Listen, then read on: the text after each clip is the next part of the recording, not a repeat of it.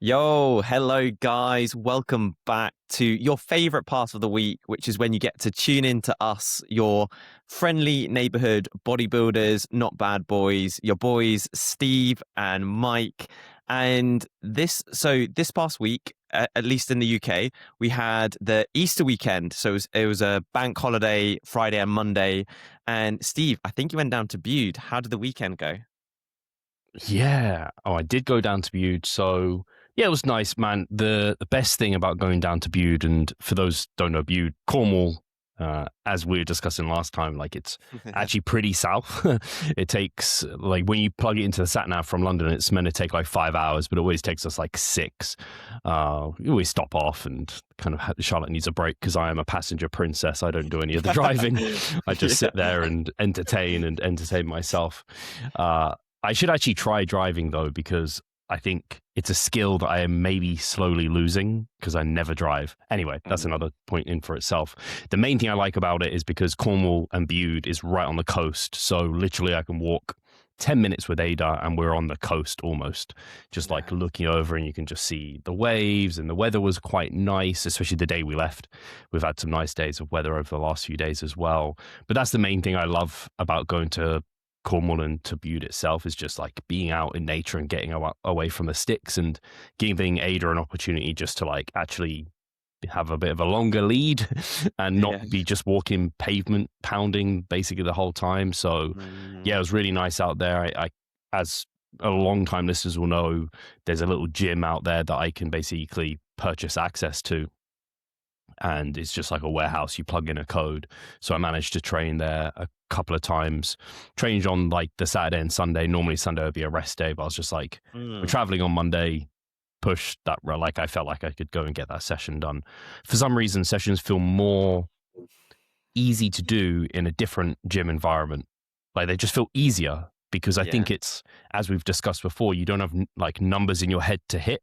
And so I don't know, you can't quite push yourself to the same degree. It's still good, like quality sessions. I just don't think they're quite as good as and productive as when I'm in my home gym. So anyway, yeah, it was great. How about yourself? You had a productive weekend, not kind of doing similar things to me, but what did you need to have done? Is that new in your bedroom, in that spare bedroom, that light shade? No, that's not new. Okay, it's not new. Maybe Nothing's it's not new.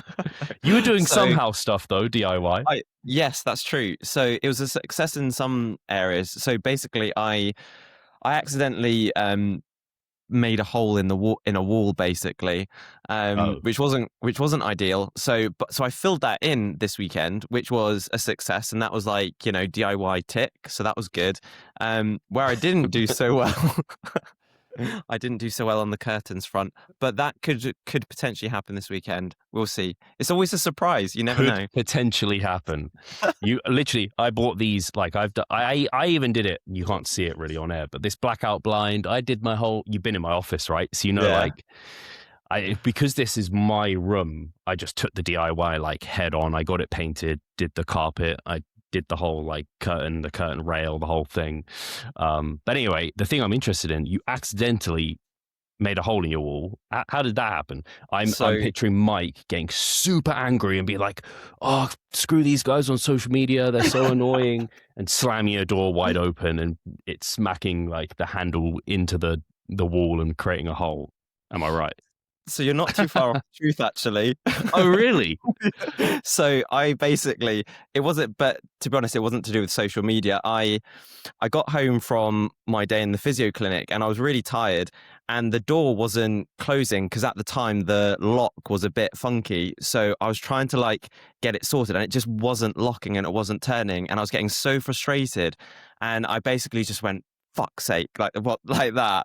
And then I just felt my elbow sink into the wall. I was like, oh no. And then I took my elbow away and I was like, then there was a big hole and I was like, oh no. So yeah, that wasn't great. So I kind of did get angry just for like tinsy second. So yeah, it happens. You don't like Mike when he's angry, guys. It's a Jekyll and Hyde scenario. But apart from that, did you get up to anything else fun or nice or interesting or different? You tried some my recommendation with the. Yes. I still haven't had any hot cross buns for I don't know the last Oh, time I had a hot cross bun, but how I was rated them. I even remember the rating 6.5 out of 10, and I was like, oh, Mike's given like a bit of a harsh rating on these, but I yeah. can't say I've eaten them any time recent, to be honest. So, do you know what? They were really nice. So, as a savory bun, it's nice. But on the packaging, it says extra cheesy. They're definitely not extra cheesy. You get like a subtle hint of the cheese, but Mm. it's not like, ooh, this is cheesy. I would liken it to a bit of a tame Jacob's cracker. Yeah, that sounds disappointing. You go into it So, with the mindset that it's going to be quite cheesy. mm, So, where were they from? M&S. yeah, Ah, nice. surprising, right? You have a local M&S to you? No, I had to kind of walk a little bit further kind of into town, but it's worth Okay. the walk. So, but no, And it you got was, some fruity ones as well, because Mike yeah. is a fruity guy, guys. And I learned that I'm not allowed to say this because apparently it has like connotations of like floating the other way. You So must have known that to some I degree, right? didn't. I Fruity means like you're a bit like if you're a fruity guy, surely you're genuinely, not I that had. out of the loop. It's one of those things. I thought, well, fruity. That I thought it meant like you're more like a bit loopy, like you're a bit crazy. I thought It's it like meant more that. flamboyant, like a little bit like, yeah. I Uh, genuinely didn't know. So oh God. yeah, I won't be. I'm awake. I won't be making that. Yeah, little mistake again. I think it was on your story. I read it out and I was like, it's particularly the way you worded it on that story made it sound particularly Oh no. like you're interested in men. Yeah, it was when Nikias just said, I'd just be careful the way that you word this, Mike, because you could be getting a few invitations. I'm like, oh no, what have I done? Did you get any So though? no. Oh, I know, how disappointed. disappointing. Any other updates on your end? Anything else interesting happen over the weekend? The week you had a bit more time off, so did you dive into Yeah. more anime or anything, or catch up on anything? Do you know what? Sorry, I've been really boring. No, basically, we basically had the flip reverse. So I was working on Friday as normal, and I think you kind of were traveling, and then Monday I took off. So I kind of just spread the load of my stuff over the weekend a little bit. So So what no, did I you just kind do, of Mike? what did I do? What did you do? So I need I specifics. Like, so you I didn't watch just anime, you weren't working, you what trained, were you doing? I was you ate. so okay. So Sunday, what did I do? I finished off the hole in the wall because I kind of no, I did do the hole in the. I kind of filled in the hole in the wall on Sunday. I was setting up a new client, so I was kind of working as well on Sunday. And then what did I do? I had the hot cross buns. I went for a walk, came back, did a bit more of the whole stuff, and that the day kind of went by. Really, that was it. I'm just, I need to be on a fly on the wall to see what Mike gets up to, because I'm just like, I just imagine after you eat the hot cross buns in silence, you're just sat there eating them, but just enjoying them, and then you sit there and like just sit there and contemplate life for an hour. I do. I kind of do. I don't know where What are time. you doing with this time? I don't know. I need to like write down what I do, like minute by minute, just to kind of. I've done that before, actually. Have you? Yeah, for like a week. It was like a productivity thing where it was like a tab, and every time I do a new task, I'd have to like stop and start a timer, and it basically gives you insights into how much you're fucking around on pointless tasks or whatever it is, That could be happening a lot, maybe. Don't know. But not anime. So Not hey, anime. I'm still on Full Metal Alchemist Brotherhood, but it's getting to the good bits now. Where are we at? So that father guy, he basically tried to create this big philosopher's stone and kill everybody in the town, but then they managed to like stop it and reverse it a little bit, I think. So it's kind of like that bit. I'm gonna have to rewatch Full Metal Alchemist. It's one of those that there's some animes that really stick a little bit better than others, but I mean a lot of animes are really long. A question, Mike. Are you an apprentice enjoyer? I used to be years ago when it first came out, but I haven't, as you might not be surprised, I probably haven't seen it in a long time. Yeah. I like The Apprentice. I don't always find it interesting, but I did think it was like a lot of shows, they go on for seasons and seasons and seasons. You're like, you probably should have stopped it 10 seasons ago or whatever it is. Yeah. But I still enjoy it. I will still watch it. I don't know. I like Alan Sugar. I like the tasks and it's kind of quite fun. But this season's been really good. So that's what me and Charlotte have been watching. I think it's actually I think they've got like interviews. You know, they kind of like, he fires someone or a couple of people every week and then they get to interviews eventually when it's like the final 5, I think. So they've got that this week. Actually, that's today. Today it will be on. Oh, so exciting. Hopefully we'll probably watch it tomorrow, to be honest, because Charlotte will be probably home too late. Who are the like Alan Sugar has like 2 assistants. Who are they? So it's Tim, and that was actually the person that won the first Apprentice ever. Is there? Oh, okay. So they have Tim, and then why have I forgotten her name? Karen? Baroness Brady. Baroness Brady. Yeah, Brady. But her last name's Brady, and for some reason I'm blanking on the first name. Yeah, anyway, she's a baroness.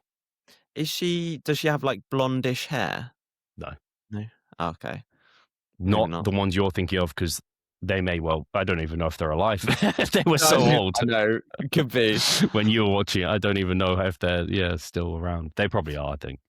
I remember the original OG Apprentice with Donald Trump when they did like the very first one in the US. I think that was before it came to the UK.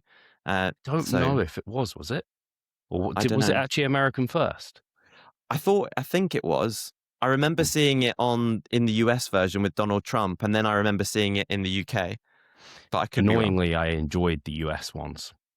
Because actually, it tells you it's not annoying. He's an entertainer. Yeah. Let's not get into politics, but he's an entertainer, and I think that's working in his favor in many ways. But yeah, let's not get down that rabbit hole, eh? Yeah. Actually, on the note of finances, you'll never guess. Actually, I've given you a bit of a guess of what it might be. You'll never guess what I've just been doing, like just before we got on live. Oh, no. No, I gave you a clue because I said it was finances. But we're in a new, is it new tax year? Is that what it is? Yes, that's correct. So I was just pushing all my money to my, like, what is it? My LISA, my ISA, my SIP. So like private pension, just like, it's like quite large sums when you're putting them in initially. Like it's a lot of money depending on obviously how much you have, but like 20K is the limit for an ISA, for example. And I'm just like putting it in and just putting it. I'm like, yeah, that looks like a good investment. I'll just put it in there and like whatever. It looks like it's growing. And like I just leave it in hope and that it's enough for when I eventually retire. Anyway. Well, something's better than nothing at least, hopefully. But on the note of the forearm, I forget what it's called now, but the forearm tool that I had last week, I have built it into my day now because I cook oats. How many times a day am I cooking? Twice? Yeah. 2 times a day I'm using the microwave to cook croats. And on one of those, I use it. So whilst it's cooking, one time I am making my Ninja Creamy for the like following day. And then the next time I'm like, okay, during this period of 5.5 minutes, I say, whatever. I know it's always 5.5.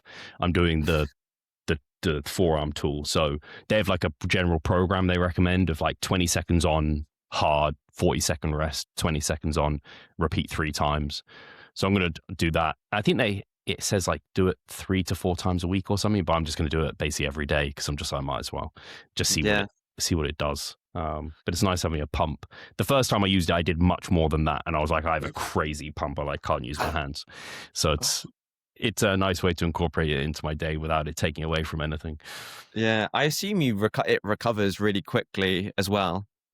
Yeah, I didn't notice, and like, man, I just don't get sore, Mike. It's just, but yeah, I never, and I always use my Versa grips anyway. So even if grip was a bit tired, Versa grips I've never had grip issues with Versa grips. So, and actually, I forgot one of them for a upper body session this week, and I had to use some straps that were like in the bin, whatever that bin's called, the like people lost property bin. Yeah, that's the one. And man, Versa grips are so much better than straps. I don't know why anyone would use straps when Versa grips exist. So But yeah, Yeah. no issues. Yeah. I am very tempted to get it, but it's like 175 pounds. But you've obviously got the discount code, which I think is 10%. But Yeah. even then, it would be like 100, and it would still be in the hundreds. So it's like, Yeah. I will I need say to. it's probably a product you'll buy once and have for the rest of your life. I imagine. I can't imagine it. Yeah. It's very high quality. Like, it's heavy.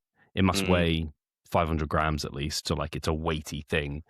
Uh, More than that, maybe closer to a kilo actually. So it's quite mm, hefty anyway. It's very good material. And yeah, anyway, I've only had it for a short period of time, but I don't imagine. I think it's like you buy once and you're set. It yeah. probably has a really good warranty on it. On the note of purchases, had I used my Spud Ink belt, or we just spoke about it last time? I think you might have used it once. I think once or twice, but you'd only literally got it more or less then. So I Yeah, know I you've don't think used it I'd more. loaded it heavy, had I? I don't think I'd actually used No. it in the gym. So I got to do that this week, which I was excited for. And yeah, it removed all the issues. So it did exactly what I wanted it to. So Amazing. it's called, for those that love a belt squat, but you always find the belt is a bit of a nuisance or limiting factor, I can highly recommend a Spud Ink pillow belt. But Mm. similar to the forearm tool, it will set you back a little bit. But it came really quick, like I said. So I was really pleased. Just, I don't know, it's always nice when you buy something and it comes within days versus like Mm. weeks. It's always like, oh, I wanted this sooner. But so I'm excited to So progress the belt squat, because that's the thing that feels the best on the knees, quad compound wise. Mm. Do you still have room in terms of loading the belt squat machine? Is there still plenty of, I guess, room for you to add plates and stuff? Yeah, it's funny you say that, because I did belt squat like RDLs today, and I do still have, like, I'm doing over 300 kilos on those, so it's a lot of plates, but there's still Jeez. probably room for another 100 Okay. total. So So I still think yeah. I've got, and the squat pattern I'm not as strong on, so I'm doing like 250 on the squats, whereas yeah, the belt squats, the RDLs I can do more load on, which makes Mm. sense, I think. It's a shame because in the gym that I go to, they've got calibrated plates, so they're 20 kilos, but they're like that thin. So it means That's great. you can put like a ton of plates on, but like in Yorkies, they just need some of those, so you could just fit in a few more plates. The issue I have is actually on the hip thrust. So I'm Uh, doing like over 300 kilograms on there, and there is no room to add more weight. And actually, um, the owner came over to me and was like, "You're using maybe too much weight on that machine." She was like, "Be careful," because, and then when you look up what the max Nautilus glute drive, the load, that's the machine we have, the max load you can use on that, I think it says like 150 kilos, which is really? ridiculous. It's not much at all. Like, a No. lot of people will be doing that. So anyway, I can find ways of making that harder. It's okay. Yeah. Yeah. It's good problems to have, as they say sometimes. Yeah. Yeah, and it's quite nice. Like, I made a post about this not that long ago, but finally feeling like actually a strong individual. Like, there are some machines I can probably almost every machine put it on the max load and do like a decent number of reps. Most Mm. machines, not all of them, which is quite a cool situation to get into. And then Oh. something set Ada off. Oh, so at 20 past 4, Alexa will go off downstairs. We have Mm. one in the kitchen, and it starts playing like, I don't know, chill music or some sort of music every day, because Charlotte set it up to do that because she was, I don't know, doing it for me somehow, like just as like a funny thing to do. But Ada, but now it used to come on quite quiet, but now it's coming on quite loud. So I think that's what's setting Ada off, because it's like louder than when it came on quiet, it wasn't a problem, but now it's a bit louder. So actually, it's really annoying because I can hear it quite a lot. It's sat here. Did you need to switch it off? Yeah, what I'm going to do is I'll mute myself for a moment, and you can talk through some of your training. Well, I was also going to add, so a good segue onto what Steve was saying is, I think a common problem not a common problem, sorry, a question sometimes in bodybuilding is, do we need to chase strength? Do we need to kind of train for strength to almost increase the ceiling of our potential as a bodybuilder, when actually it's not the case at all. So, strength is always a byproduct and just a natural outcome of just our natural progressions. So, whereas interestingly, if you're in the strength realm and you're, say, more of a powerlifter, hypertrophy in the long term is going to give you a better potential for strength. And it was really, I really liked it. So I was listening to a little discussion / podcast between Eric Helms and Ben Yanis. And Eric Helms I don't know why I'm saying Eric Helms. Eric, he was saying that, you know, strength is essentially a performance, whereas hypertrophy is a physiological adaptation. And it's just, they're just two distinct things. And I thought, yeah, that's right. And again, when you know something, but it's that little connection and that little kind of flick. So that was quite nice. Yeah. Yeah. It used to be people would view them as like they help one another. I used to think of like, hey, strength is the foundation. And then if you can make a muscle stronger, it can use more weight. And then if it can use more weight, that should lead to more mechanical tension and more growth. It's like, it sounds plausible and good on paper, but in fact, that's not how it works. But a bigger muscle can be made more skilled to be stronger. But a stronger muscle doesn't necessarily mean it's going to be bigger than someone else's. It's really a skill set, which is why you get some powerlifters who can be way lighter than us, but lift loads way more than we could, because they are just, obviously more than just skill goes into strength. Like there's your kind of leverages and everything like that. But yeah, I always just look at strength as a bonus of it. But having said all of that, there's a reason why the biggest natural bodybuilders are also very, very strong, because we have to keep increasing reps or load to make sure that we're creating an overload to generate a response to grow, to create a stress response to grow and adapt. So I think that's why people get confused, because they're like, but you say strength isn't important, but all these guys are really strong. It's like, yes, but don't get it twisted. Don't set up your programming to get as strong as possible, specific to like strength numbers, particularly like low reps, because that's going to lead to not the best muscle growth paradigm, really. Yeah. And you kind of remind me then, this is another really good reason why we shouldn't, or people shouldn't constantly change their technique all the time, because they're kind of constantly fine tuning, constantly trying to make their technique perfect. And it's like, if you're constantly changing your technique, you're never giving yourself that time to progress and to get stronger in those lifts. So it's like, right, find your lift, just lock in the technique, find it, and then just lock it in and just focus on progression. Yeah. Yeah, it's a real tricky one. I don't know if it's just my feed and what I'm seeing, but this discussion surrounding logbooking, not logbooking, progressive overload, that sort of thing is just, I'm just seeing it all over the place now, which is just interesting, because I think it's probably like 10 years ago, it was talked about in regards to the fact that, hey, when you're able to add a rep or a small amount of load, that's a signal that you've grown. It's not the signal to grow. So, but that seems to have like come about a bit more recently. I don't know really why. And then similar, like the logbook discussion, which I think is actually a really interesting discussion. Obviously, we've talked about it multiple times on here as well. Yeah. So have you moved your money? Have you invested your money yet, Mike? Have you put yourself, you got an ISA, right? And a private pension? I've got a LISA, an ISA. I've got all the ISAs, which is great. I just need to move it. I haven't moved it yet. So that's something also on my to-do list. I need to, it's not something that I forget, but I just need to write it down and just be like, right, I'm sitting down and I'm doing it. Otherwise, I just procrastinate. And as we know, time just goes for me. So yeah, I need to do it basically. And the saying goes, time in the market, not timing the market. Not that you're trying to time it, but basically you want to put it in there. I'm always like, I want to put it in there as soon as possible, because that's where the better interest is. I've never heard that saying before, by the way.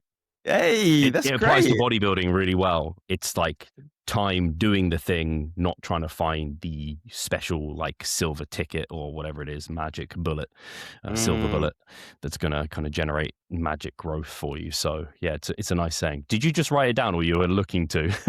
You love your quotes. Yeah, that's what I do. I write it down. This is where my time goes. I'm writing If I quotes read all quotes, day. write them down. Yeah.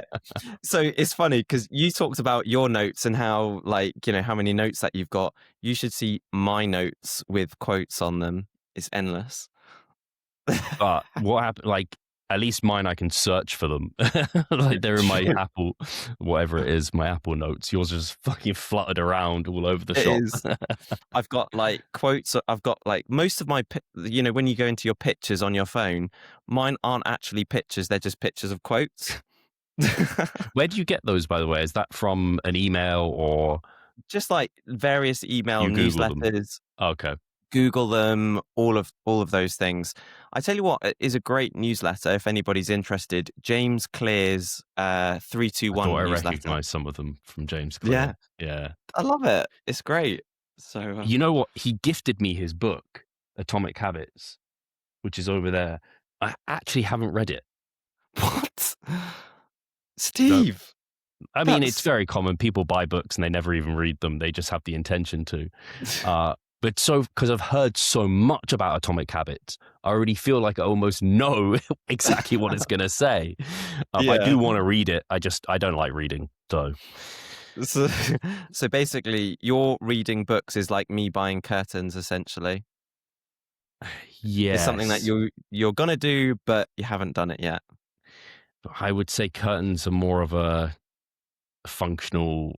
Yeah. I don't know. I don't put them in the same category somehow.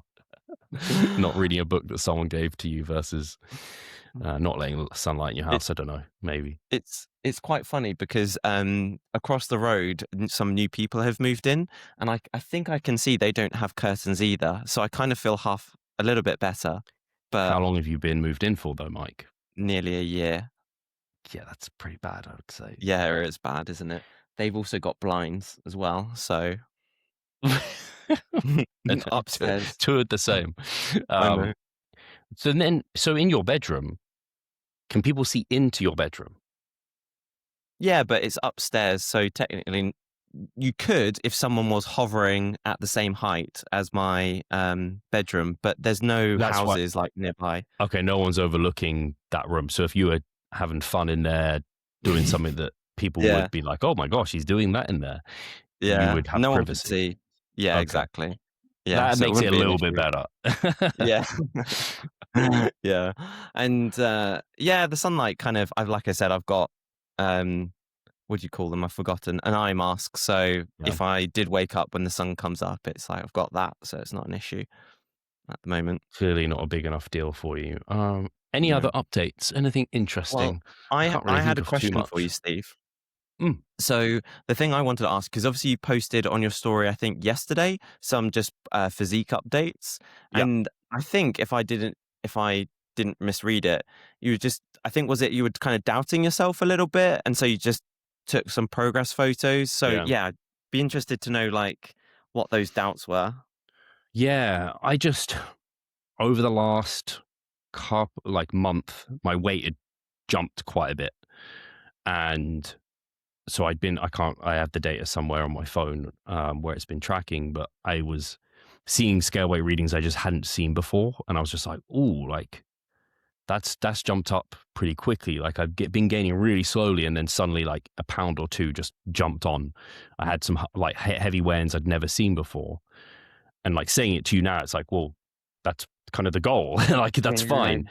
But in the moment, I was like, ooh, that's a bit uncomfortable. Ooh, like Mm, have I been being a bit too like I don't know, enjoying too much food, mm, and I was kind of feeling that way, and then I think I just took some photos under some like not great flattering lighting, and I was like, oh, I don't like how that looks at all. Like it just made me feel really a bit shit about some of it. So I was like, you know what? I'm going to go home, do it in my typical setup under my standardized lighting, standardized conditions, and just like actually get eyes on and see how I'm looking.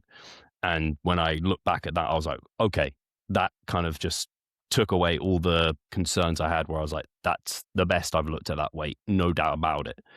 And I actually then took time. I wish I had this better organized. I'm like you with your post-it notes with my physique updates, where I just like, I take screenshots, I like post them to Instagram, but then I don't, what I should do is share it to my desktop and then upload it to YouTube and then document it there.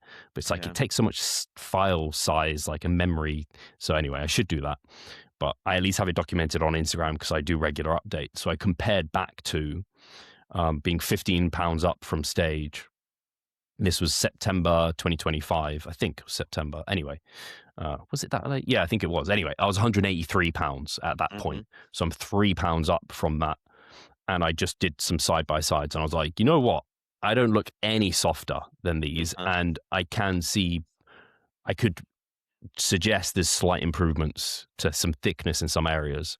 And I was like, just the fact that I don't look any softer in these is enough for me to be like, okay, like I'm not going to say I've gained 3 pounds of muscle since then, but certainly if there was a pound there, there could certainly be at least a pound there. So that helped. So I do think as like a lesson to if people do have like self-doubts and they're not sure and they're doubting themselves, well, first of all, the easiest thing to do is just look at your process. Are you nailing the things you need to be nailing to cause muscle growth? And if you are doing that, more than likely you have improved, but then assessing. So actually look at some of your numbers, compare body weights, compare photos. If you're taking circumference measurements, compare those. And then that can give you just like the clear answer.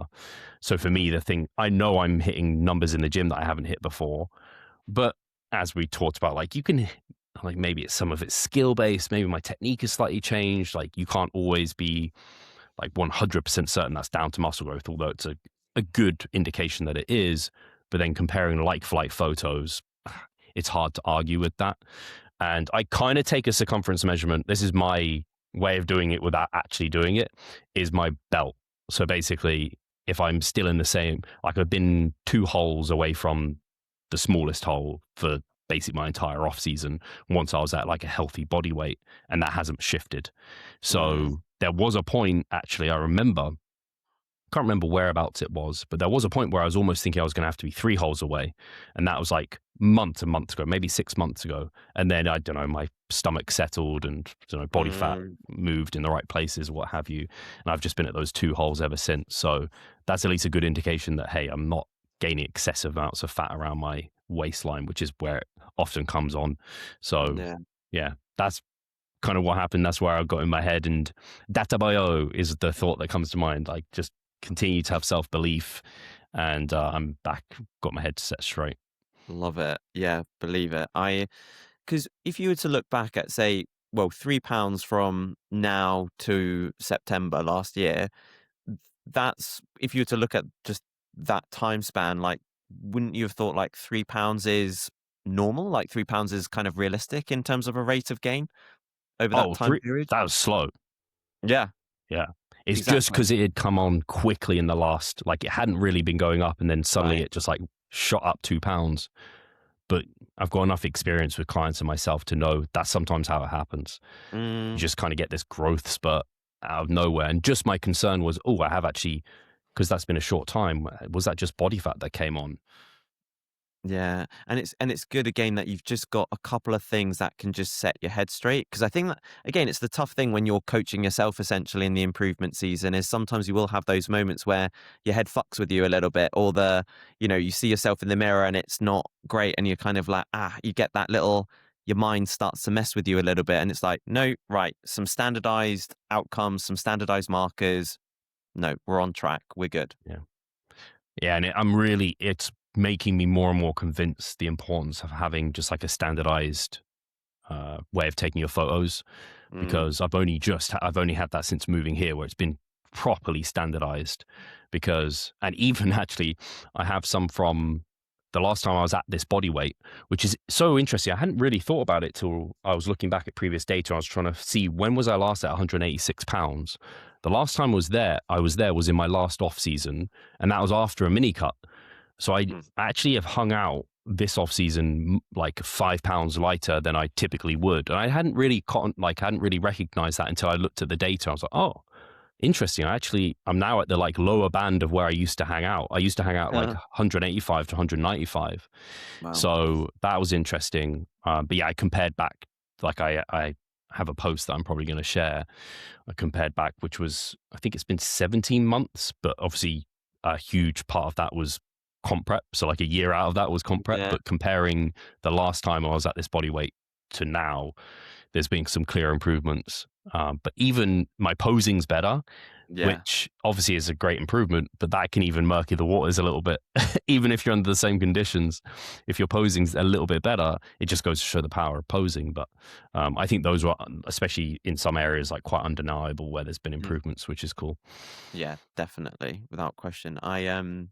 Yeah, I was also just thinking just then of, in some ways, it's kind of not surprising that your digestive system has been feeling so good. If you have been hanging out Yeah. lighter, it makes sense that digestion and appetite has been feeling as good as it has been, which is again a positive.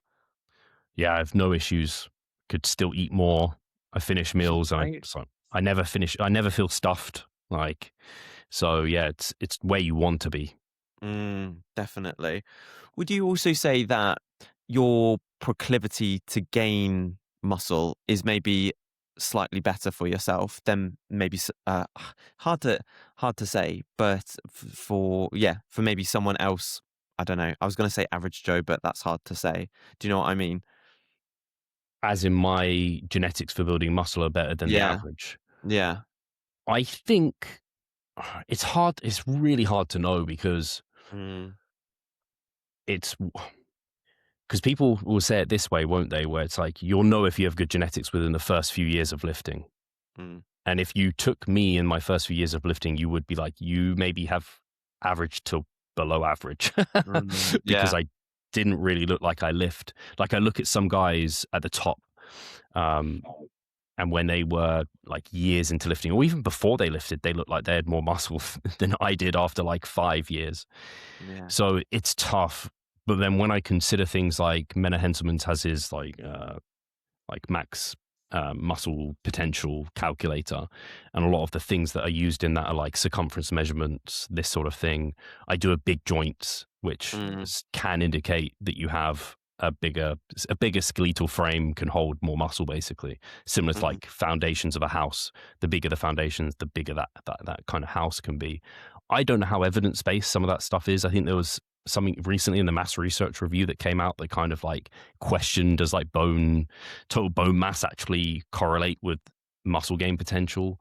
It's a bit tricky, but I come back to just the thought of, I know for symmetry purposes and like shape, I'm definitely not like genetically blessed in that department. So then when I think about the fact that I've been able to turn pro, mm, can I argue that I don't have good genetics if I've been able to do that? I can't think. I'm sure there's many, many guys who have put in as much time and effort into the gym as I have and mm, haven't been able to take it to the point that I have. So mm. I would tend to think that I have like above average muscle gain genetics. Yeah.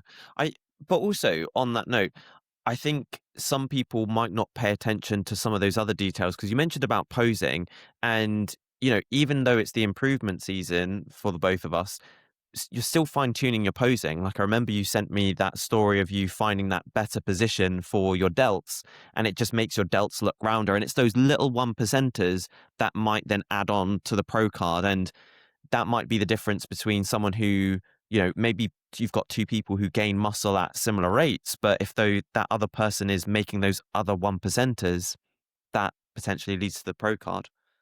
Yeah. I think about, I'd be interested to see when I diet down next, if I hit a front double like straight on, like you Hmm. can, how does that look? Because I think without that tweak to my front double, it could be so detrimental when I hit it standard that I wouldn't be able to, like, it might turn the judge's head, be like, oh, that pose is just that weak or that off. That I just, Hmm. they're looking, their eyes are going elsewhere. So, yeah, posing, you can't understate how, especially when you are fighting for that pro card or that win or placings, it can be the difference between winning and coming second or whatever. Yeah. And personally, I think that a person's only going to make those one percenters if they're passionate about what they do. And I think, again, it's because we love what we do. We love posing, we love doing these things. So we don't mind spending those little one percenters, maybe. I don't love posing.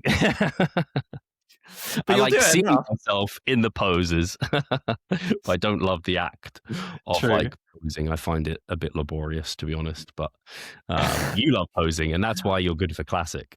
Yeah. Yeah, it'll be yeah, it would just be exciting in terms of classic and all of that kind of stuff. Yeah, it'll be yeah. I'm looking forward to it. This is my first year having some guys doing classic. So we've got Edu on this Mm. coming out. Ali will have competed, Oh, so be great to see how he enjoys that whole thing. He's doing his first like carb up day today, and then obviously he's competing on Saturday, so we have tomorrow. So assess some shots today, tomorrow, and kind of make a judgment call how we want to mm. go about Friday. So that'll be cool. And then Edu is competing. Not in with the WNBF. His first show is not. It's like an NPC show, I think. He'll be competing the week after, so he's in the final parts. And Edu, this isn't his first contest prep either, but he's doing classic this time round. And he's very shapely, and he really enjoys the posing and is very classic. In fact, in many ways, reminds me of you in terms of like his like structure and shape, and like he's hitting some classic shots. So anyway, like we said last time, the season's kind of getting underway now, which is cool. Definitely. And yeah, WNBF first timers will be coming up very soon as well. So that'll be cool. Yeah, I That'll be need to something put to that in look my forward. actual calendar because I haven't yet. It's the 6th of June. 6th of It's a June. Saturday, I think. Okay, it's still a few months. Yeah, okay. So a couple of months actually. Yeah, it's not far at all. Yeah. But it's always a great show. It's a great kind of venue. I think it's in Luton and it's like super big. So yeah, it's gonna be great. Yeah, it'll be good. Should we get to some questions unless there's anything else? Let's Because we no actually have nothing. quite a lot of questions this time around. Have we? Not that Okay. we don't always get a good number of questions, but there is quite a lot. And on that note, because I always forget to say this earlier in the podcast, if you do want to ask questions, the best place is in the broadcast group, which is linked in the description of this YouTube video or on Spotify. And it's my broadcast group on Instagram. And I just request questions over there. And it'd be great to have you in there. We've got almost 1,000 people in there, which is really cool. And I know we Wow. get regularly 1,000 views on YouTube, and then we get similar, I think, numbers over on Spotify. So there's a good number of people listening. So I appreciate you That's really guys. But good. yeah, let's get to Jude. I'll ask you the first question if that's all right, Mike. I haven't read Yeah, it, go so I don't for it. know if it's for you or not. But Okay. Mr. G. Fern, you guys discuss your optimal day as a bodybuilder. How would you answer that for the busy professional non-competitor with physique goals? Mm. Okay. So again, really good question. If I was to maybe backtrack, my head went first to, well, we know for someone who's a busy professional and a non-competitor, you've just got to know that probably bodybuilding isn't going to be your number one priority. It might be that, family or again your work that might come first ahead of those things. So if say, an emergency came up and whatever, it's like, right, okay, we've got to put that on the back burner. But with that aside, I think you've also got to know yourself a little bit in terms of what's your work schedule, when do you prefer to train, in the day. What I'm getting to is, do you train in the morning versus the evening? I know for myself that I just function a little bit better in the morning. So I'd always, if I say had my work from, let's just say 9 to 5 or 9 to 7 or whatever, I'd always prefer to train in the morning if I could. So if I was Mr. G Fern, I would probably write, right, however, whatever my frequency is, I'm going to try to get my workouts done in the morning. That way I can then do my work, do my family abilities, and then go from there. Um, and then I think a big part of that would be, so how would you, an optimal day? So then it might be um, that, again, you'd kind of go about your work, you'd go about your family. And I think the only other thing that I would add to this is that, um, make sure that you've kind of prepared some meals so that you've got that ready throughout the day.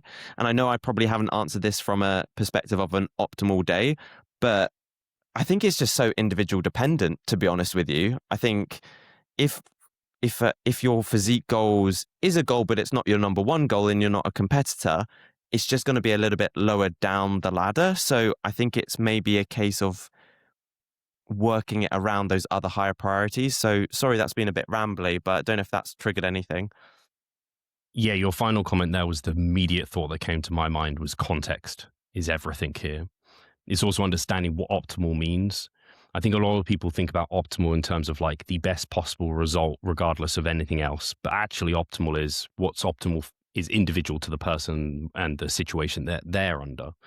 And I would say the thing that I think we invest into above what someone else might is probably time into the amount of volume that we do in the gym.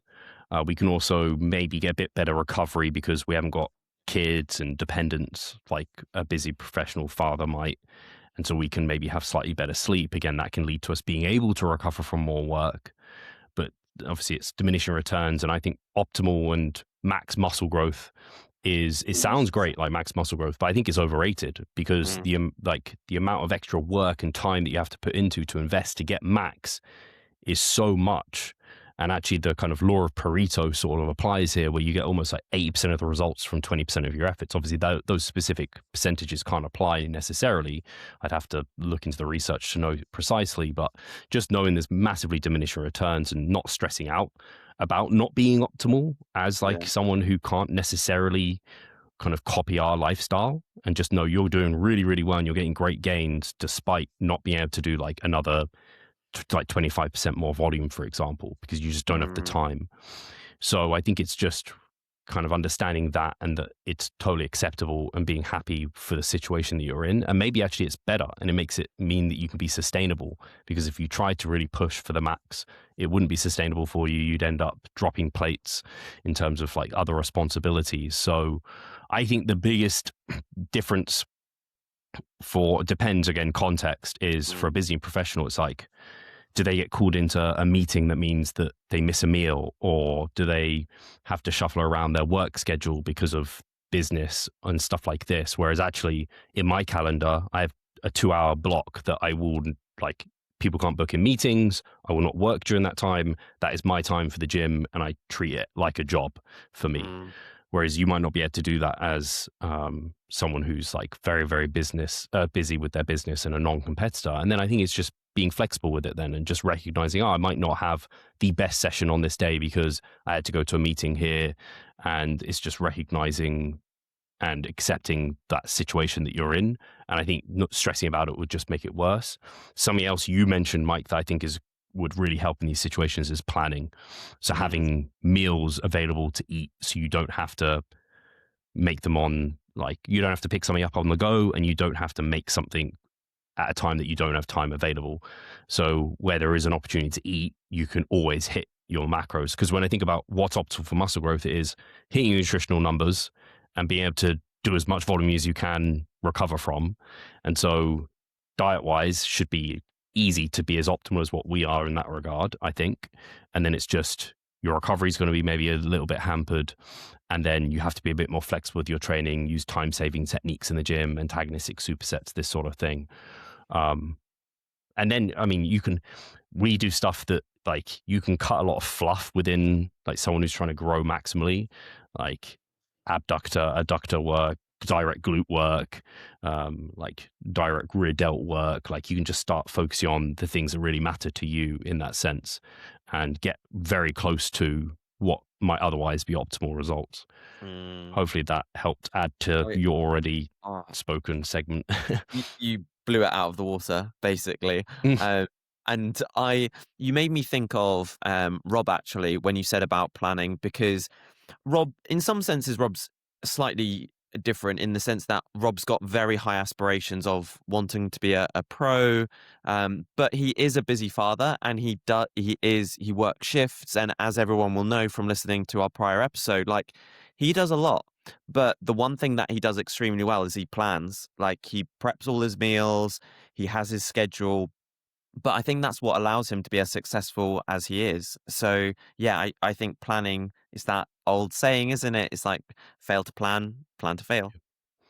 And on that, just as a tangent to it, or a segment of it, we will periodize some of his training around life for that reason. So we'll specifically try and deload at a time that means he can prioritize those more important aspects versus banging his head against a wall, trying to get his training done, trying to do these life things where he's too busy. So it kind of just, when you again plan for that sort of thing, that can help a lot.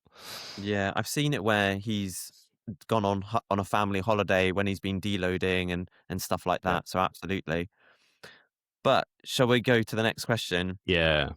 So Aurora.Matteson asks, my new gym doesn't have any good squat patterns beside a leg press. I have hip arthritis, so back squats are not possible. Is leg press enough?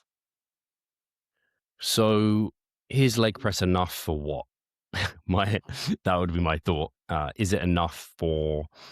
Presuming someone's using leg press mostly just for quad development. As we know from some of the research, you want to combine a squat pattern with a I don't know what the pattern would be, but a quad isolation movement like a leg extension or a sissy squat pattern where you can more effectively train the rectus femoris. You will not max or get close to the max growth from just squat patterns for that. So certainly leg press plus a leg extension, sissy squat, reverse Nordic, then you're doing really, really well. And then is it enough to leg press, or would I want more variation? I think for like quote unquote optimal would be having other variations. You can obviously vary the leg press a lot within itself as a movement. You can do different stances to bias different tissues slightly. You can vary rep range, you can vary tempo, you can do single leg press. So there's a lot that you can already get done to vary things within the leg press itself. But then I would say lunge patterns are a go for you. So Yeah. like a dumbbell Bulgarian split squat as a like go-to for me would be a really good one to use. So yeah, that's where my thoughts go. I don't know if you've got any other comments surrounding the arthritis and back squats or Yeah. anything. Because yeah, Aurora mentioned about hip arthritis. So if our main concern is more towards quad development, then making obviously a movement knee biased is going to take pressure off of the hip. So again, like you mentioned about Bulgarian split squats, making that very knee dominant, making leg presses very knee dominant, minimizing that movement coming from the hip, so you're not aggravating any arthritis at all. Um, you mentioned about the leg extension, that would be completely fine. It should totally offload the hip, so that wouldn't be a problem. And then yeah, and if you're worried about maybe glute development because of you're not having a squat pattern and you wanted that, I don't know, some of that indirect work from just a general compound movement, it just might have to be a bit more isolating. So it might be that you use your lunge and leg press for your quad dominant development, but then you look more towards your hip thrusts, hip abduction movements to isolate the hip musculature a little bit, and you just break it down a little bit like that. Beautiful. Mike, Right. Barnaby V has asked us, 10, I should say, what foods do you need to be extra vigilant of, not overindulging? And he said, except for pizza, Steve. And I will say, pizza's really easy because it's just one pizza. So you can't Exactly. overindulge, really, so Yeah. long as you pick a pizza that you're going to intend to eat the whole pizza of.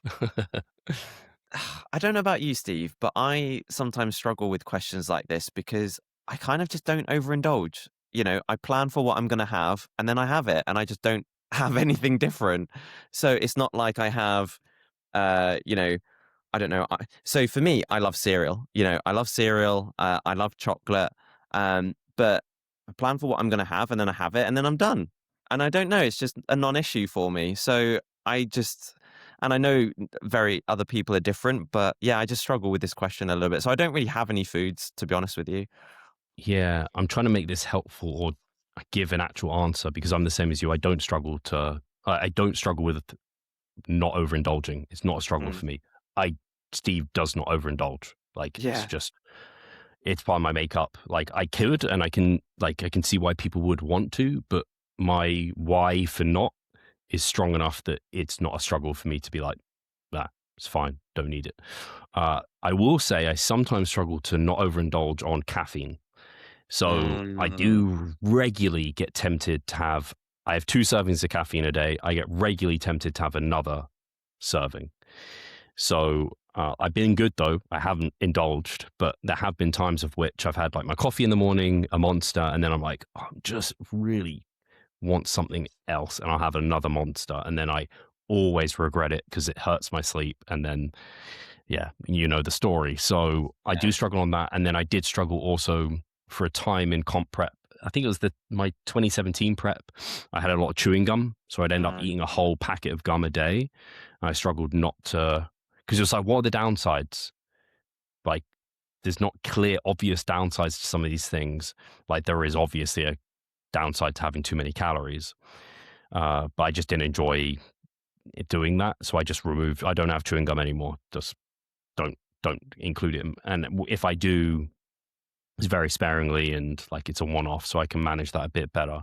So yeah, I guess I don't know if there's anything like that that comes to mind for you, Mike. So yeah, you've really helped me there actually. So similar to you, caffeine's another one. Like I could just monsters and coffee, like that could be easy. But something else actually more specific to me is I could quite easily have or just live off of protein bars and protein oats. Like, and it'd be very easy for all my meals just to consist of that. But I need to make a conscious effort to go, no, come on, we're gonna have, some proper, like not proper, but like more of a whole foods protein source and just make sure that I'm more diligent with that. Otherwise it would be just protein bars and protein powder. I you say it's specific to you, but I also have that tendency where like I remember there were times of which in prep I'd have a refeed day and I'd make like every meal protein oats basically.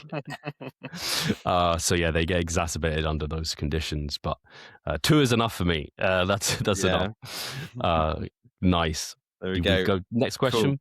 So great. So my man Aaron, who is competing this year, he asks, how do you manage post-show nutrition when there are other shows after that, after the first one? Yeah, so it is very individual, I would say. I would say the easy answer is back to plan, back to Yeah. numbers. There's no issue there. And if you don't, because obviously show days are a bit funny, you don't know if you're like how long you're going to be until you're on stage. You might eat more or eat less, but typically show days are not a ton of food before going on stage because you should already be loaded, hopefully, unless you're a bit flat in the morning and you're on later in the day, then you might eat quite a bit. But assuming you're kind of full, then show day is normally quite a low day.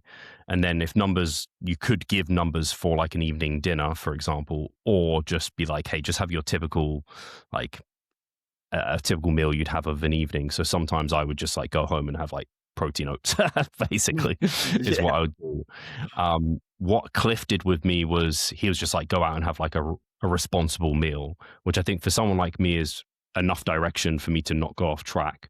And I could give that to like Rob, for example, or even yourself, Mike, and you'd be like, yeah, got it. Like I can just have like a burger and fries and that's it. And I won't overdo it. Whereas some people that would throw them through a loop and they'd be off track. I also would say it's somewhat dependent on when those next shows are. Like if Yeah. they're not for weeks and you're already in a really good spot, then that sort of advice is fine. But if they are like the next week, then I'm like, back to plan. We can't like have any fucking up here. And actually, we just need things to be consistent. Or if you're a bit behind schedule, again, a bit more seriousness to being very, very diligent there. So that's how I would like tend to think about it. On the most flexible side, it's like go out and have a responsible meal. Like don't go overboard. Just have like a main that you're going to go and enjoy. And that can look a bit different depending on the person. If they're like calorie intake is lower, like their maintenance basically is lower, then it might be like go out and have like a steak and veg meal with family. Or if they're on a higher expenditure side, like a lot of like larger males, like, okay, you can go out and have like a Neapolitan like pizza without all the toppings, or you can go out and have a burger and fries, more like 1,000 calories, say, just like a reasonable thing. But the closer those shows and the further behind you are, the more just back to typical macros you want to be, I would say. And then the other extra layer is that person's level of experience and trust you have in them as a coach and trust they have in themselves as a client to adhere and not go overboard and it set them off track by having something maybe more palatable or something slightly off plan. I think that's everything, but you might have some bits to cover. You cover that well. Aaron asked this to me in our check-in, so I kind of already answered it to him. What are you guys doing? So he's got two shows. So Aaron's got the WNBF First Timers, and then we've got a week break, and then there's the PCA first timers, I think, in Derby, like natural first timers on the 28th of June.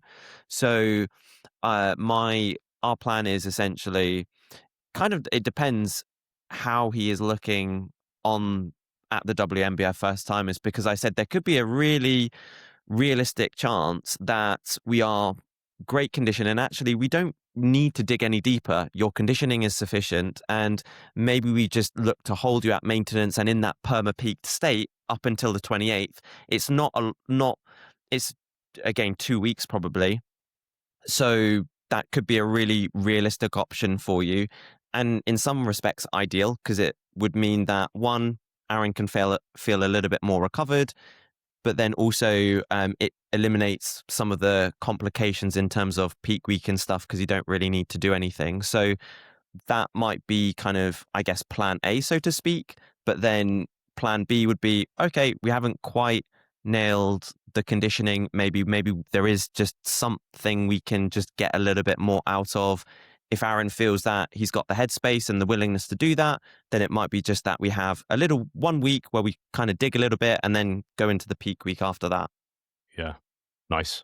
Yeah, I could see, I haven't seen him fully, but I've seen some glimpses of his physique and he's looking pretty dialed in terms of condition. So yeah, in my head, I'm like, I could see you guys doing a linear load into that first show and then basically holding that, and like maybe it'd be small bits up or down through like quite frequent monitoring of the physique. He'd be in a great spot, and yeah, it should be a good look for him. I'm excited. Yeah, that's pretty much what I've got planned, Steve. Nice. Nice, good. Great minds. Yeah. Shall I ask you the next one then? Yeah, go for it. Lloyd Grossman, 41. Can you get, oh, sorry, it might be for me. Can you get Eric Helms on more frequently than monthly? Would be good, perhaps fortnightly. I appreciate he's busy, but his episodes are great. Lloyd, I'm also busy. Although I do a weekly episode, right? I think that would be a little bit too heavy on the Helms, personally. It's the Revive Stronger podcast. It isn't the Eric Helms podcast after all. He's already getting 25% of the episodes this year, probably, so long as all things go planned. So, no, I don't plan that, unfortunately. But there's a lot of Eric Helms podcasts out there, so you can enjoy him elsewhere as well.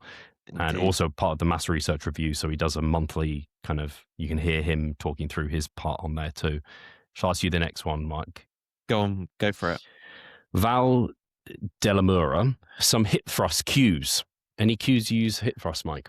Okay, yeah. So a couple of things.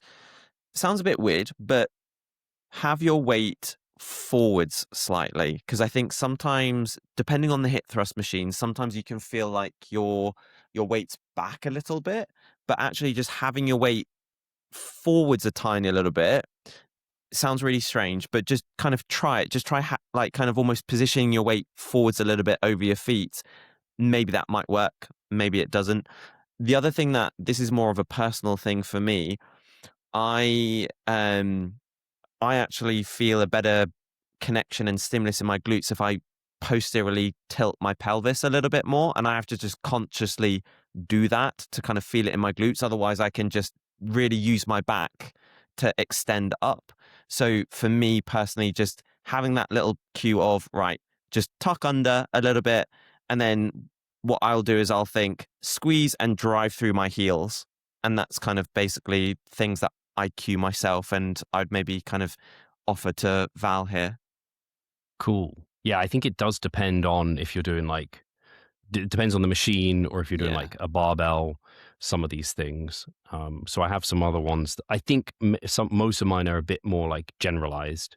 So I like to cue more hinging. So thinking about an RDL, so hinging versus something I did try was the like, what's it called? More just like twerking almost. Scooping, I think is what the term for it is. But I think scooping is okay, but I think a lot of people ended up feeling that in their lower back and they end up using their lower back a lot. So I like just thinking about a hinge. So like just opening and closing the hips essentially. I think that could work well. Like almost thinking RDLing down to the ground and then thrusting up. And then I like to cue like strong drive from the bottom, almost to then use a bit of momentum to help you get short, because it is harder in the short position. So I like that to be like aggressive on the concentric from the bottom.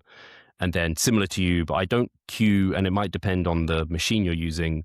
I like to cue through my whole foot versus just my Mm. heel. I tend to find full foot pressure for me just works better for that lift. But again, I think that could depend on the foot plate because I've used different hip thrust machines. Maybe I've used like 3 different ones at this point. They're quite different. Very. Yeah. Yeah. The hip thrust in my gym is very different to the one in Yorkie's. You almost feel like you're just in a hole, and so it feels much more vertical in a way. Whereas I feel like the one in Yorkie's, I don't know, you just don't feel quite as deep down. Yeah, I think the hip thrust machine in the gym that I go to just feels very different to a lot of others that I've tried. Yeah. Interesting. But Next there you go. question.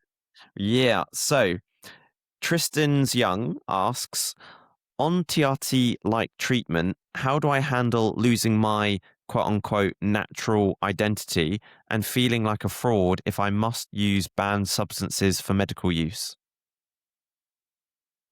Uh, yeah, that's a great question. It's hard because there's also, and I don't know if we've had this discussion on here, but I've had this discussion with someone around like the menopause for females and then them being on HRT and then that being a banned substance. It's like they've lived their life as a natural athlete and they maybe even want to continue to compete, but for their health, they need to be on HRT. But with TRT and with HRT, there is currently no medical exemption available. And so it's recognizing that natural is subjective to some degree, I think. As far as me and Mike are concerned, and as a competitor is concerned, it's whatever that federation determines as natural. But there will be people out there that will say creatine is not natural because it's a supplement. And then where do we draw the line between supplement and like performance enhancing drugs? Like what makes it like caffeine is a drug and it's performance Mm, enhancing, but that's not banned. So like it's basically whatever WADA defines as like natural and tested, and then what the federation defines. So I think it's just recognizing that that's to some extent arbitrary. And ultimately, does it matter? Like if you're not competing and you don't need to go like shouting about the fact you're natural or what other people think, you know in yourself like who you are yeah. and like your ethics and morals. And if you're just on this TRT like treatment for health reasons, then you just know you're doing it for your own good. And I think that's completely legitimate. I don't know if you have more than that, Mike. Yeah, very just kind of similar themes in the sense like there's obviously a really important reason why you needed to go on that treatment, which ultimately does come down to health, and that has to come first. And you've just got to keep reminding yourself of that. Health comes on, ahead of competing and anything like that. And as you said, Steve, whether or not you're on this kind of treatment has no reflection on you, your character, who you are as a person. So just really just try to lean into those as much as possible. Um, and to be honest, to a large extent, remember a lot of the joy comes from the process anyway. So just keep leaning into the process, enjoy just the process of bodybuilding and being the best that you can be. And that's all that matters. Yeah.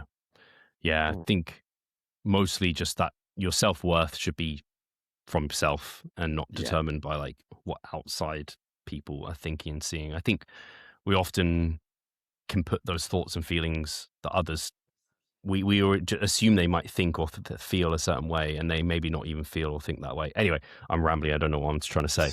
No, it's I'll okay. ask you the next question, Mike. We have quite a lot to get through, so let's see if we Yeah. can do these a bit speedier. Tudor bin Dilla asks, do you find most bodybuilders deal with some mental health issue? I think everybody deals with mental health issues, to be honest with you, whether you're a bodybuilder or not. I think just that, bodybuilding just probably brings that a little bit to the fore. Maybe a lot of us have had maybe some sort of self-esteem kind of issues, maybe some kind of history with maybe eating, whether we've been kind of like overweight or whether we've struggled to be skinny and put on muscle or whatever, or maybe we've had some disordered eating behaviors around food, something else. I think everybody deals with those sorts of things. And again, there's like a saying which goes, it's something like everyone's fighting a battle you know nothing about. And I think it goes for all of us. Yeah, I have nothing to add to that, Mike. Very well said. All right. So Raoul.kdb17 asks, is it advisable to, as frequent as possible, do a post-workout nutrition to trigger mTOR easily on a growth phase? I I think what he's asking is like, is it important to have your post workout as soon as possible after your workout Mm, to maximize like the hypertrophic response? And this is outdated advice. yeah. There is a barn door, certainly not an anabolic window. So rushing to get in a post workout meal is absolutely not important, or post workout protein to maximize results. So yeah, don't stress about it. And I can remember my times having my protein shake pre-made in my locker Yeah. and downing that after my workouts when I was like 20 years old, or even younger than that. And I'm glad that that isn't necessary. I remember that I had so after school, I'd have like a JD sports bag and I'd have my shake in my bag. I remember once I dropped the bag and the shake exploded on the floor. I was like, oh No. no, my post-workout shake, no. I got so Oh messed up about dear. it. So funny. Yeah, it is funny. But yeah, that nutrient timing for a time was like the thing. Actually, Uh, I've got a book on nutrient timing. Like it was a that really you've never heavily read. referenced book. No, I have read that one, Mike. It's Oh. just very old. Uh, I was hoping I could look over and see it and say the author's name, but I can't see it striking. Anyway, I'll get to the next question. Another one from Remy Sarka. When on Oh. holiday, I enjoy all the food and tend to gain 4 kilograms if away 3 weeks. I'm not crazy fat or a competitor, but is it bad to do so? Um, is it bad? Yes and no, I would say. A bit of a maybe in this. Mainly because I'd say, I guess, because if you've got it comes back down to moderation and having some sort of, I think, element of control. Because if you've got no control whatsoever, I'm not sure if that's an entirely good thing. However, equally, if you know, like, hey, I'm going to be going on holiday and I'm planning to gain X amount, maybe. Um, you know, fine, you do you, I would say. I don't think it's necessary. So I think I'm erring more on the side of if I was coaching you, Remy, I would try to help teach you and get you to practice a bit more moderation because I think that's a slightly more healthier behavior pattern. But hey, if it's something that you love to do and you can manage it, and in the grand scheme of the long term, hey, you do you. Yeah, I'm thinking along the same lines. It's very dependent, and it makes me want to ask Remy questions Mm, like, why is that? Why does he feel the need to have all the food? And is that disordered at all, or coming yeah, from something that is quote unquote bad or unhealthy? And then how does Remy feel coming home knowing that he's gained that much body fat? And does he feel resentful or guilty, or just he's completely chill with that? And holiday, he just doesn't really track. He just eats and enjoys like some delicious, like calorie dense food that's available. And that's it. And I'm like, oh, like that's not really an issue. It's only an issue if you aren't accepting of that and that it's driven through needless restriction at other times or what have you. So I think we're on the same page with that sort of thing. yeah, absolutely. Nice. Okay. So your guy, William William. underscore Warner, he asks, do either of you have any other fitness related endeavors that you are interested in pursuing at some point outside of typical bodybuilding? At this current moment, no. In future, I'm sure that will change. I will say I have had some clients do high rocks, Mm. and I've spoken to when I did a supplement event with PhD, they had a high rocks like champion there, and I spoke to her about what it involves and everything, and I did think it sounded right up my street. So I'm not saying it's happening anytime soon, but I could see a high rocks in my future because it sounds just super fun. So yeah, but imminently nothing. Bodybuilding is all and everything. Yeah, me neither. To be honest with you, nothing on the cards anytime soon. But similarly, I think um, similar to yourself, just trying something like a high rocks or doing some running and just some other stuff maybe later down the line. But I'd never know when that is because I can see myself bodybuilding till the day I drop. So it's kind of like maybe I don't know. Yeah. When I'm not as serious about it and wanting to maximize it, that's when I'd think about incorporating some other things. Hiking also comes to mind. Yeah, Holidays and doing some like amazing hikes would be pretty high up on my list, I think. definitely. Yeah, that'd be awesome. Right. Fit as Sorry. hell, my man Jake has asked for you both music preferences during workout. No music versus high energy beats per minute versus slow focus. Same playlist every workout. Go to hype song. What are you listening to, Mike? Is it a podcast? Ooh. Are you So, listening to an audiobook? no, I don't do that anymore. It is all kind of music at the moment. Um, it kind of tends to vary a little bit. So it might be a little bit slower to begin with, but then when it gets to like some key lifts, it's definitely a little bit faster paced.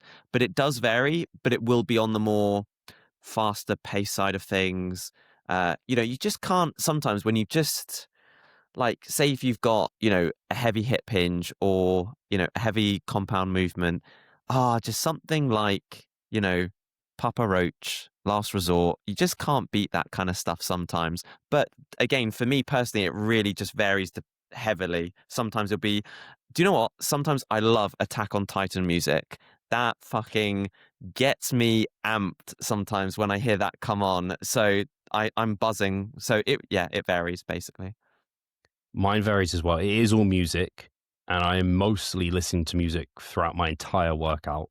Sometimes it's just to drain out surroundings and keep me focused, but Mm. particularly for some big compound lifts, I'll tend to have like heavy drum and bass type music, and the beats tend to match the like tempo that I'm trying to lift. Mm. So if I'm like lifting a bit faster, a bit more aggressively, maybe higher rep, then it will be a bit of a faster beat. But if I'm trying to be a bit more slow and controlled, I will. And I just found this naturally as I'm like trying to find the song. I'm like, that feels like the right song for this lift. And I'll just Yeah. go with a song that seems to match it a bit more.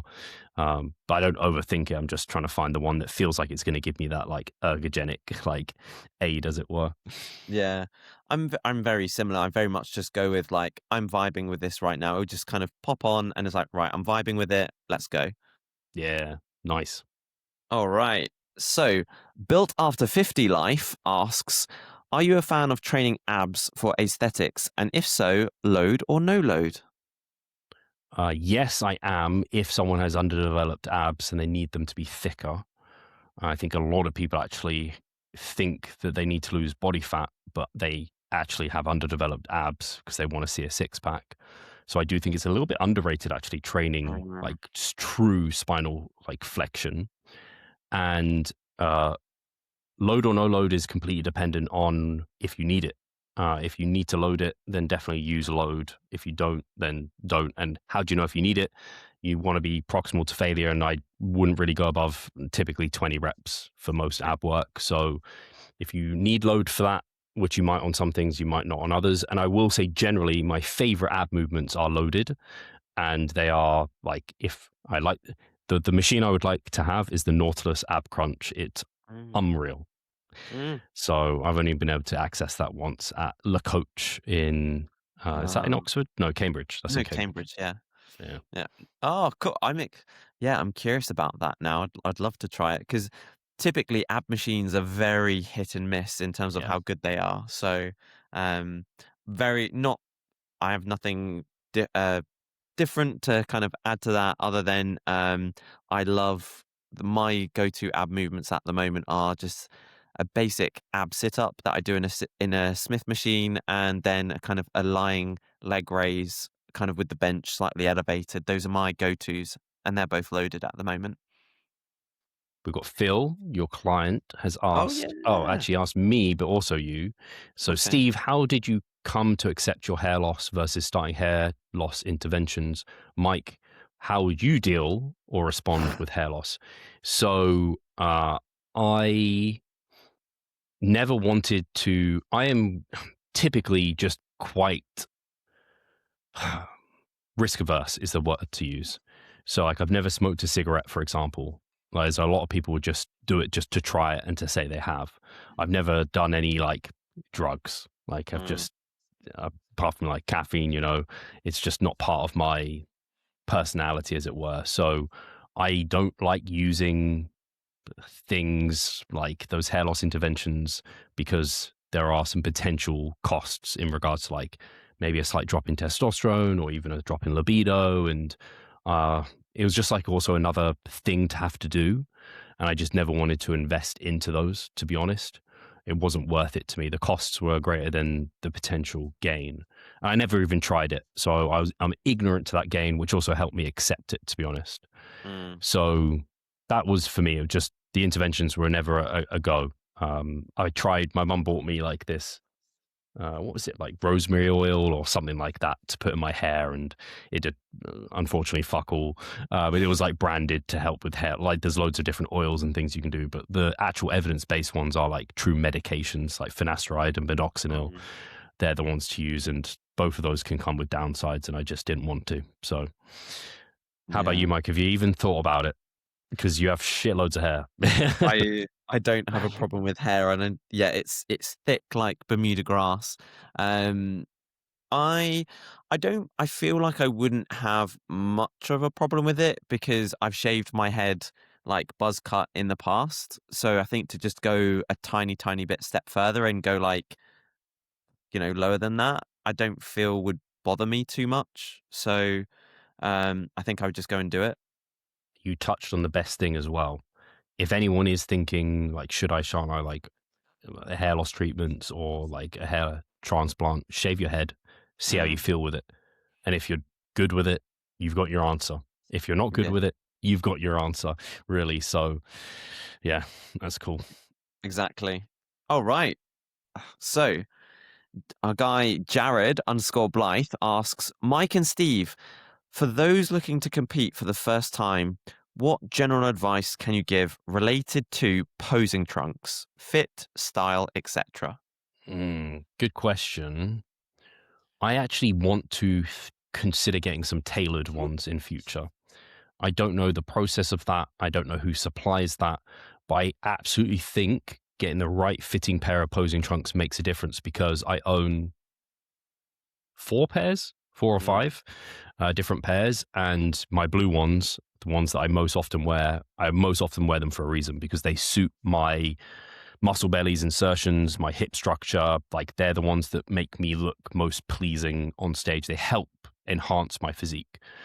And you can find some that if you wear them, like I got some, actually, I got some that Dirk Emmerich has because I saw him wearing them. I was like, they look great on him. I tried them for myself and they don't look good on me at all. mm, They just, for whatever reason, they harm my flow and the kind of how I look. So I will say some general advice is try a number of different ones out. Um, and apart from that, I don't have much more than that. You kind of have to try, unfortunately, which yeah. is why I want to see if I send. I don't know how the tailoring process works. Like if they can see your physique and you can send Mm, them that, and they can be like, "Oh, this would look good," or you have to go somewhere and they actually have to like do it in person. I don't know, but I have heard of like professional IFBB pros like getting them tailored, and I think that is mm. a step I would be interested in taking. Yeah, absolutely. That I think the only other thought that comes to my mind in addition to that is you might be limited a little bit by your class. So, for example, some federations might have specific requirements for classic posing trunks versus open bodybuilding, where it's more of kind of just a kind of super thin cut type thing. So that might limit you a little bit, but outside of that, it kind of just exactly what you said, Steve, where just try and do a little bit of research, maybe try a few pairs. I always think it's worth having black, like maybe getting a couple of colors, but just because again, some federations they like you must wear black. So I think having one black pair plus maybe one or two others, I think is a safe bet to have. Yeah, definitely good advice in regards to looking at the criteria, the like the judging criteria basically, and what they require from you, because that could count against you Mm, potentially. And then maybe looking at, again, actually it's hard because you have to look at if you can find similar physiques to you and see what they're wearing, that can be helpful, or see what people who are doing well are wearing, mm, that can give you some insights. But ultimately, you have to see how they look on your own physique. yeah, tough So, one. Christopher Alm, my guy, has asked if you were given the choice to be as jacked as Mr. Olympia, Andrew Jacked. Oh, no, Yeah. wait, it's not Andrew Jacked at the moment. It's Derek Lunsford. But we'll see if this year stays the same. Or stay as jacked as you are now, but with no more progress to be made. What would you pick? Oh, So, hmm. As jacked as Mr. Olympia or stay as jacked as you are now, but with no progress to be made, what do you pick? I So I know where I'm guess, going. yeah, I kind of want to err on the side of Mr. Olympia, maybe. Um, Interesting. I would stay as I am. yeah, yeah, I think I would probably stay as I am as well, to be honest with you, because No, no, no. maybe, You're Mr. Olympia, Mike. okay, fine. Can I go for Chris Bumstead instead? Can I just opt for No. that, even though he's no longer Mr. Olympia? I'd go for classic Mr. Olympia, not the open Mr. Olympia. Yeah, if it was classic, that might change where I would go. Yeah. Um, why have I forgotten his name? The dinosaur. Hmm? I'm trying to Nice. think of who won classic Mr. Olympia. His name's not coming to my head, but I know he's Dino. Ramon. Yeah, Ramon. yeah, Dino. Ramon. Yeah, yeah, yeah. Yeah. Huge forearms. Ridiculous. He does not need that forearm trainer, but if you do, No. use code Revive10. Next He question. doesn't. All right. So underscore Manji Machine asks, I think I know the answer, but are you still experimenting with training slash nutrition strategies personally on yourself? Um, every day, to some Mm, extent. Every day is a bit of an experiment to some extent. Um, like at the moment, when I think about my training, like training is forever an experiment. To be honest, like how it's just how long you running the experiment, how often do things change. So I guess I could say like that forearm trainer is a bit of an experiment I've got going yeah. on. I've never isolated my glutes to this extent. I've never done seated abduction. I've never Mm, done cable kickbacks before. I've never actually done the machine Mike hates, the adduction, which I'm yeah. not doing like tons of work through it, but I'm doing some myo reps on the seated adduction just to see what that does. I experimented with foot positioning not that long ago, which kind of fell on its face and caused me problems, but I experimented with that. So training is constantly a bit of an experiment and learning. Nutrition, I guess, as an experiment, it is this slower rate of gain and Mm, seeing what that brings. But in terms of, and pushing a slightly higher protein intake, like that is something that we're experimenting a little bit with, both of us. yeah. Outside of that, I'm not doing any like clever nutrient timing strategies or anything along those lines. I could say it's an experiment. I regularly, every day, basically eat a portion of spinach and beetroot to try and elevate my nitrate intake, but also it's just great vegetables to have. Mm, But a lot of these things is like, I'm not going to know, like, I'm not like trying to isolate a single variable and know if it's working. It's just like, I know there's data to suggest this works and so on and so forth. So, anyway, that's my ramble to say yes. How about yourself, Mike? exactly. And kind of again very similar to yourself, there'll always be things that I'm sort of looking at, but I think maybe the biggest thing that's pertinent to me at the moment, which we're kind of working with, is with regards to particularly my chest training, is I might have 1 week where I progress, 1 week where I kind of match performance a little bit, and then again 1 week where I progress, just as a means of keeping recovery the goal for me in terms of my shoulder and making sure that my, yeah, again, that I'm not necessarily aggravating anything, that I'm just allowing my shoulder to adapt to that stimulus. And something which I mentioned this week to you, Steve, is that I feel like as my shoulder's getting stronger with both pulling and pressing movements, the quality of the movement and the range of movement feels better. And so that I've kind of felt that recently my actual numbers in terms of performance has gone down a little bit, but the actual quality of the movement has improved. So it's almost like a subconscious, technique progression, you might call it. So, which is really interesting. So I don't know if you'd call that an experiment, but it's just this ongoing thing that I'm experiencing as I'm going through my kind of shoulder rehab recovery process. Yeah, and I would say the specialization of upper body is a bit of an experiment. We've never done Oh that yeah. for you. So yeah, it's like that's why I kind of refer to it as like we are an ongoing experiment. Kind of even keeping things the same is still a bit of an experiment. Mm, But I think sometimes people want extreme examples, like Dave McConey only trained one of his calves for like a year, something like that. I'm not doing anything outlandish like a Dave McConey style. Nice. no, Last question then. we did it. Last question. Oh, sorry. Yeah. Well, we haven't done Yeah. it yet. We got one more. All right. Do you want me to ask it? Yeah. Wait. Did you just ask that one? I clearly you did. You did. So, Lifting Lewis asked topic, which is unfortunate because we're right at the end of the podcast. So, Joe Jeffrey, he talks about peptides a lot, but recent research from Mass etc. showed they're overrated. Would be good to put that to him. Yes, maybe. I'm not super interested in doing podcasts on performance enhancing drugs, basically. Mm, Like specific episodes diving into. I'm just not interested. Like if peptides are banned as a natural athlete, I don't want to learn about them. None of my clients are using them, and I'm not using them. Apart from obviously the GPL-1 agonists, I have had some clients use those. I am aware of that research. That's more of a general kind of peptide. I think a lot of the peptides that Mass are suggesting are overrated aren't those. They're referring to, I don't know, the other ones that I'm not interested in at all. So unfortunately, the Revive Stronger podcast is not the podcast for that. I don't think. I have had Joe on, but I don't bring him on to talk about like in-depth drug chat. It just isn't something that interests me, and it's not who I serve as an audience as far as I'm concerned. no, totally. And I was actually listening to a podcast episode from Lawrence Grieve, General Muscle, he interviewed Ebony Rio, who's a very well recognized physiotherapist on tendons. I would highly recommend it.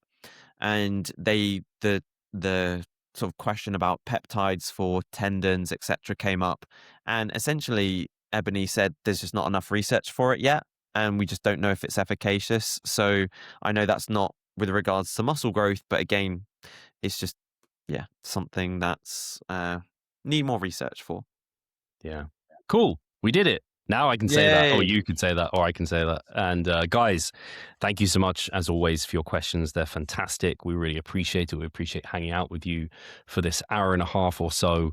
And we look forward to your future questions. If you are interested in coaching at all, obviously, as I say every week, we're online coaches. That's what we do. We want to help you with your goals, fat loss, muscle gain, looking better, feeling better, understanding things more. We want to help you through that process in the most optimal way for you and your goals. So if you are interested in that, you can get a consultation with one of us if you apply, or you can get a video overview of your application, which is completely free, and there's nothing to lose by doing so. If you are interested in learning a little bit about how the coaching process works and what we might do for you based off your kind of answers to that questionnaire. That'll be linked in the description. Otherwise, if you're at this point, you better be subscribed. You better have given us a nice little comment and a thumbs up, and we'll catch you in the next episode. Thank you so much. See you later.